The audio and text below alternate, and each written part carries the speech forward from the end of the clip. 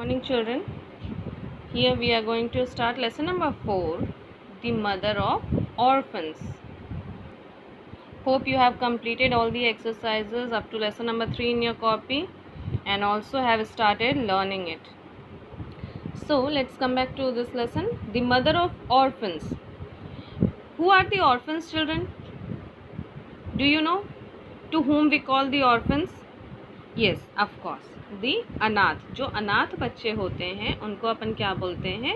Orphans बोलते हैं. So here we will read a story about a lady who has been called as the mother of orphans. Orphans मतलब अनाथ. अनाथ means जिसके parents नहीं होते. तो कैसे इस लेडी को मदर ऑफ ऑर्फन्स बोला गया, क्यों बोला गया, that we will know in this chapter. So let's start it.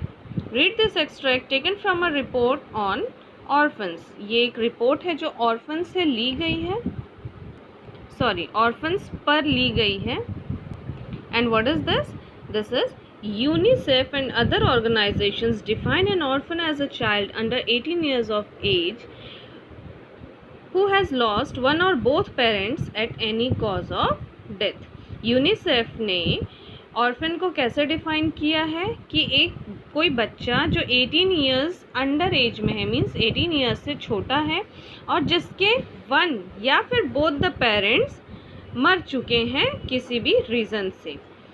By this definition, there were nearly 140 million orphans globally in 2015.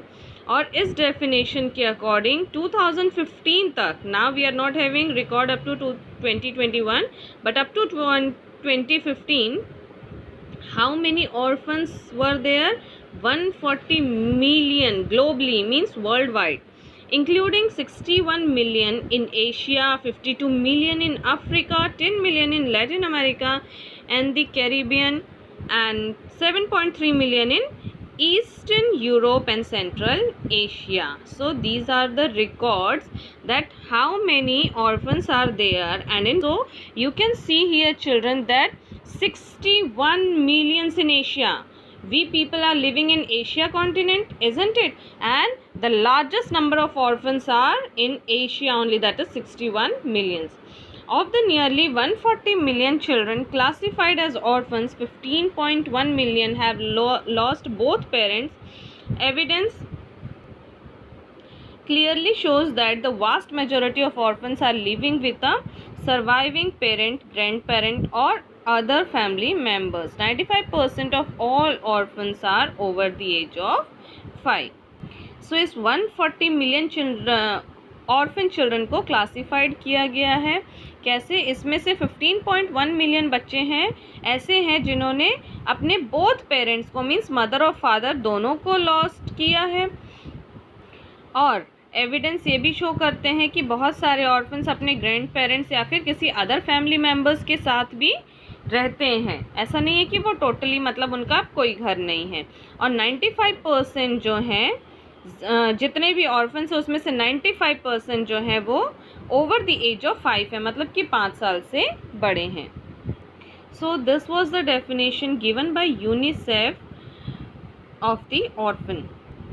So now you can think, children, how many children are there who are orphan globally, worldwide, isn't it? Can we think कि मतलब उनकी ज़िंदगी कैसी होती होगी, वो लोग कैसे जीते होंगे, उनको कितनी प्रॉब्लम्स फेस करनी होती होगी. हम तो अपने पेरेंट्स के साथ रहते, अपनी फैमिली के साथ रहते, उसके बाद भी कितने बार लाइफ में ऐसा हो जाता है कि हम लोग को ऐसा लगता है कि कितनी प्रॉब्लम्स है लाइफ में, isn't it?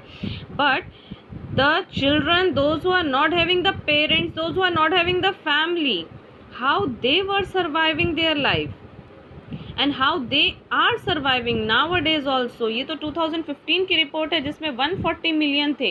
now this is 2021. so अब तक you can imagine कि कितने और बढ़ गए होंगे, isn't it? so have you ever thought of helping these types of children in your life? Do you think as children you can do something for orphans in your neighborhood? क्या आपको being a children, एक बच्चा होने के नाते आपके neighbourhood में क्या आपको ऐसा कभी लगा है कि आप इन ऑर्फन्स बच्चों के लिए कुछ कर सकते? कभी कभी do you think our society does enough to help orphans? क्या आपको लगता है कि हमारी सोसाइटी इतना कुछ करती है ऑर्फन्स को हेल्प करने के लिए? So let's see in the chapter, as the chapter's name is The Mother of Orphans, why one lady is called as the mother of orphans. What she has done differently that we are not doing for the orphans, that we will know in this chapter. Let's read about an extraordinary woman who has enriched the lives of and given hope to thousands of unwanted children. एक lady के बारे में अपन इसमें पढ़ेंगे जिसने ऐसे बच्चों को, ऑर्फन बच्चों को, अनाथ बच्चों को एक होप दिया, जीने की आशा दी है. The name of that lady is Sindhu Tai Sapkal. Sindhu Tai Sapkal is much more than just a name. Sindhu Tai सपकल सिर्फ नाम ही नहीं है. She is much more than just a name. As you have heard the dialogue in a movie, Telugu movie, मेरा सिर्फ नाम ही नहीं है, ये ब्रांड है, ब्रांड है ना. So what does it mean children, कि वो सिर्फ नाम ही नहीं है, उसका नाम ही काफ़ी है. जैसे कि बहुत, आप भी एक पर्सन हो, आपका नाम है, तो क्या आपको पूरी दुनिया जानती है, या आप किस चीज़ के लिए फेमस हो या किस चीज़ के लिए जाने जाते हो? आपका नाम एक ऑर्डिनरी नाम है, isn't it? Till you make your name as a brand और समथिंग, आपकी नाम आपका पहचान होना चाहिए. So here it is written, Sindhu Tai Sapkal जो है वो सिर्फ नाम ही नहीं है, वो नाम से अपने बहुत बड़ी, मीन्स उनकी एक अलग पहचान है. This lady in her late 60s hides many a story of hardship and pain behind her strong personality. So इस लेडी ने अपने लेट 60s में, मतलब 60 साल की उम्र आते तक, इन्होंने मतलब अपनी ज़िंदगी में इतने हार्डशिप्स देखे, इतने पेन देखे हैं, और ये इतनी जो स्ट्रॉन्ग पर्सनालिटी है, ये इतनी स्ट्रॉन्ग है नहीं एक्चुअली. इनकी लाइफ में भी इन्होंने बहुत कुछ सफ़र किया है, और लेकिन उसके बावजूद भी ये कुछ निखर के आई, ये कुछ अलग करके आए हैं. Despite having suffered from many blows in her life, she resonates energy and passion and is fondly referred to as the mother of orphans. और इन्होंने despite having suffered means बहुत सारी मुश्किलों को सफ़र करने के बावजूद भी, बहुत सारे ब्लोज को, बहुत सारी मुश्किलों को अपनी लाइफ में सफ़र करने के बाद भी, she resonates means she showed her energy and passion. उन्होंने अपनी एनर्जी दिखाई, अपना पैशन दिखाया किसी चीज़ के लिए, और फाइनली वो क्या नाम से पुकारी जाने लगी? Mother of orphans. As she talks about her life and her children, you can see the pain, the troubles and the misery she has faced and overcome with her hard work during her lifetime. So here the writer is saying कि जब भी ये जो सिंधु ताई सपकल है, ये जब भी अपने लाइफ के बारे में, अपने बच्चों के बारे में बात करती है, तो इनकी आँखों में आप वो दर्द, वो परेशानियाँ, वो गरीबी, वो तकलीफ़ आप देख सकते हो. क्योंकि क्या होता है चिल्ड्रन, जब हम बहुत तकलीफ़ों से बाहर निकल के आते हैं, और जब भी हम अपनी स्टोरी या कोई भी पार्ट होता है अपनी लाइफ का, जब हम किसी के साथ शेयर करते हैं जिसमें बहुत दुख हमने उठाया होता है, तो वो बताते बताते या बोलते बोलते हमारी आंखों में आंसू आ जाते हैं, because we started to feel that pain again. So ऐसा सिंधु ताई सपकल के चेहरे पे भी देखने को मिलता है.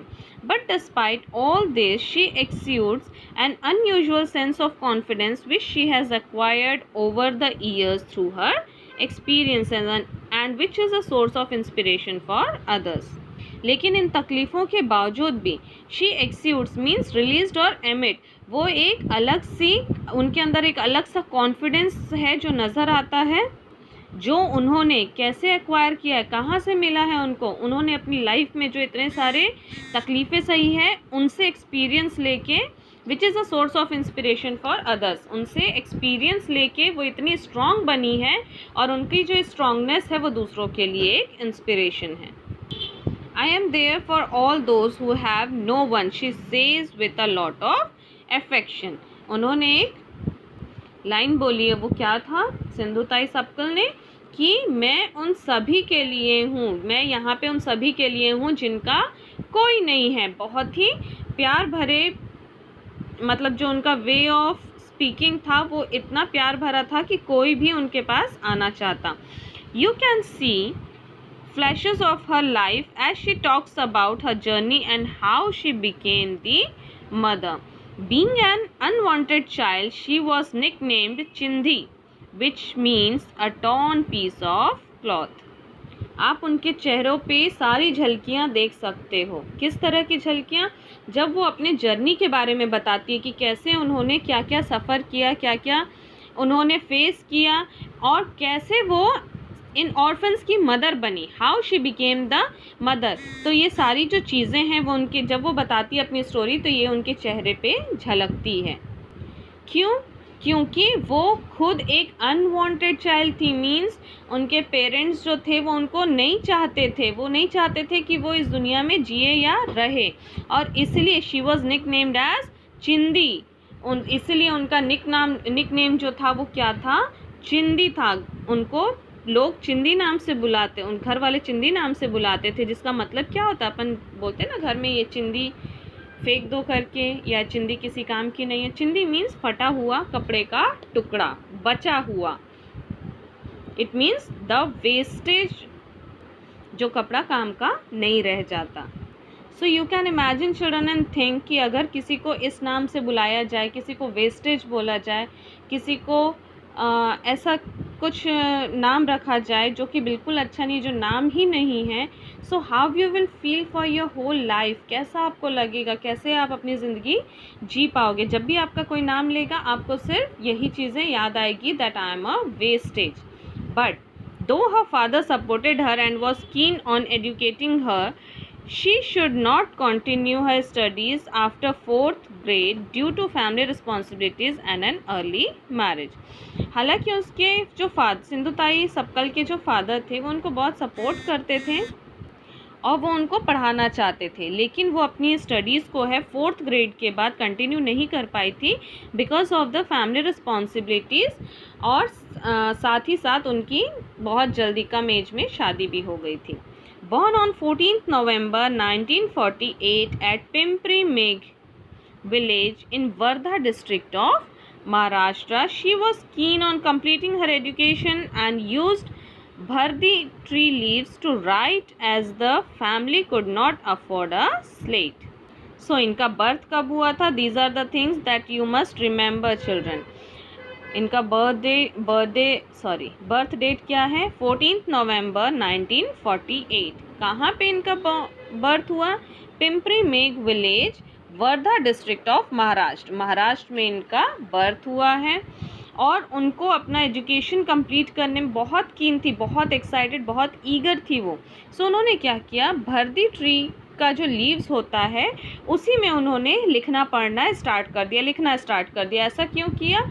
क्योंकि उनकी जो फैमिली है वो स्लेट, पहले के टाइम में कैसे पढ़ाई होती थी? कॉपी पेन तो बहुत कम होता था, ना के बराबर, तो पहले स्लेट में पढ़ाई हुआ करती थी। स्लेट में चॉक से लिखते थे, तो स्लेट को अफोर्ड नहीं कर सकते थे, इसीलिए वो ट्री लीव्स में लिखती थी।